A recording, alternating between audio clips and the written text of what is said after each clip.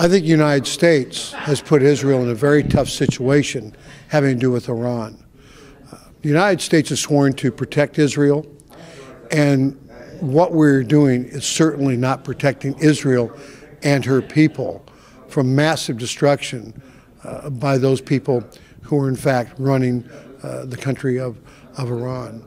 And that is sad for me to see, but I think one of the problems is the fact that I don't think people of the world at this point care, because we have a group of people in the United States of America and the world today who have been born into freedom, who have never had to suffer what Israel has had to suffer to get where she is. And so they're spoiled. And so they're not willing to, in this day and age, I think, fight for what is righteous and right in Israel. And I think it's going to be ultimately up to Israel to make the determination what they need to do to protect themselves, when it should be the United States of America being strong to make sure Iran does not do what she wants to do. It's not military and what have you, but it is the threat of military. I mean, there are those people who, remember, wish that Ronald Reagan had never had SDI or Star Wars developed, but ask those of you in Israel if you are happy that Ronald Reagan developed SDI and Star Wars to protect against incoming missiles and what have you. You know, it's sometimes you have to stand up for what is right. And Ronald Reagan did that. Raoul Wallenberg did that.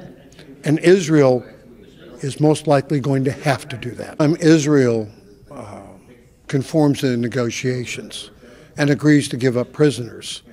It comes back to haunt them, that those prisoners who are indeed set free come back to kill, hurt, and maim more Israelis. And we deal with it in California, where we're releasing prisoners out of our prison, and now we have car thefts and home, invasion robberies with the same people who have been let out of prison.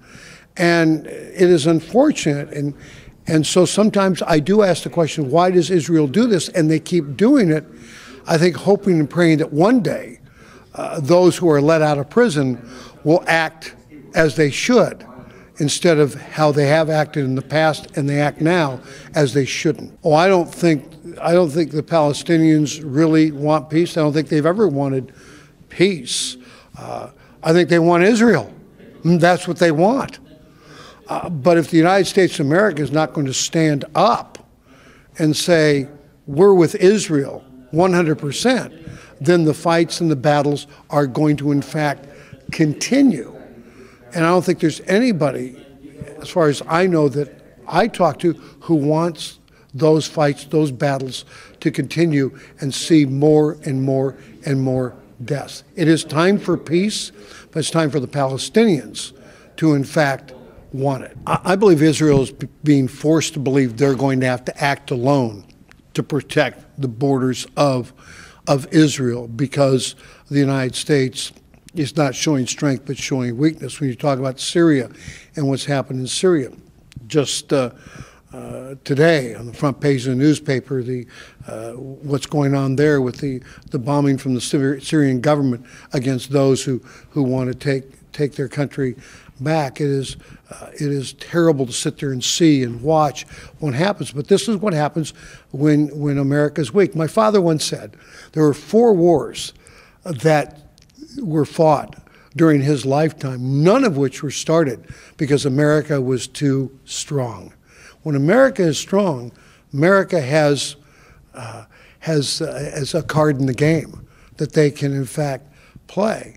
And I think that because the President of the United States, Barack Obama, showed weakness in Syria, it is beginning to birth more problems around the globe. And I think something I've said for a long time, I believe the puppet master of the Middle East is a man named Vladimir Putin. And when the President of the United States wakes up to understand that and does not embrace him, but stands up to him as Ronald Reagan stood up to the evil empire, then things will change.